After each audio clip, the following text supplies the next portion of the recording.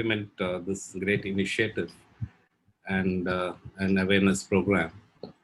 I mean, as everyone has spoken about both the current pandemic virus and the ideological virus, I think the second wave has hit us enormously hard, but it's also exposed the government completely incompetent and hollow the way they've actually uh, not handled it at all. So we've been caught, the government has been caught with their pants down. And the number of deaths, indicates the collapse of the healthcare system completely. Homage to all the people who lost their lives and the families who suffer because of this failure of the healthcare system and the collapse of the governance. I would also, highlight that in the 73 years of independence, I think we've come down to the nadir of our democracy and governance system. And that actually emanates from the kind of politics that we practice. The root cause of everything that we see as failures is the kind of politics that we practice. And the politics has come down to what is completely a majoritarian approach. Any democracy that slides down to majoritarianism is a fascist society. And majoritarianism is a tyranny. And this is what I think we need to actually address. An incremental approach will not give the kind of results that we're looking at. We need to look at democracy is not just about holding elections every 5 years and electing any representative who stands there and then follow a majoritarian approach in the parliament.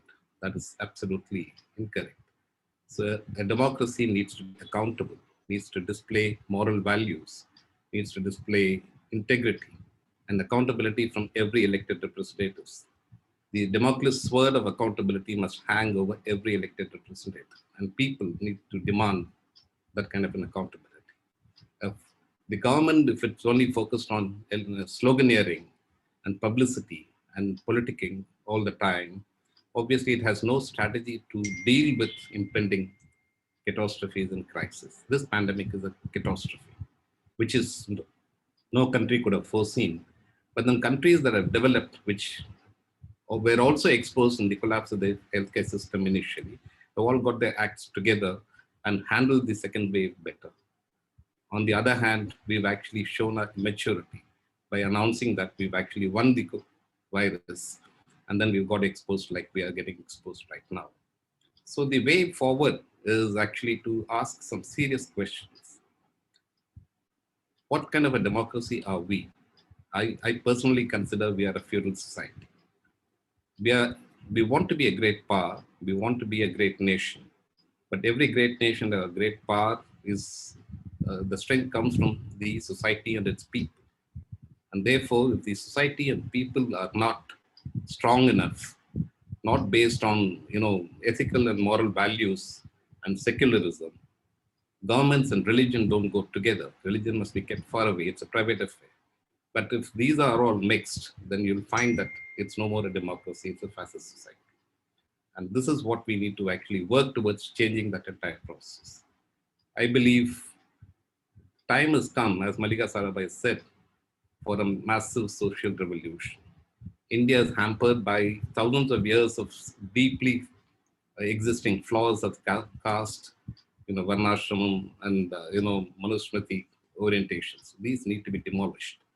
I mean, it's surprising to see that when there is a constitution as a guideline for everything, you have judgments that have been referred to Manusmriti, and that's a blasphemy on human dignity. So these are aspects that need to be actually raised and debated vociferously. And unless you change the system, unless you bring checks and balances in the democratic processes, we need to even ask the question whether parliamentary system is good enough at all for us, because it's become a majoritarian system. And a majoritarian system, as I mentioned earlier, is a tyranny. So you need to actually bring a different process to bring in the kind of change that will bring in better accountability, better transparency, a secular government, freedom and equality for individuals to practice what they want to practice, and a very harmonious and a law-abiding society that needs to be created. I think a major change is necessary. incremental change will not bring about that change. And this is the point that I want to make. Thank you, Professor Dev. All the best to you all.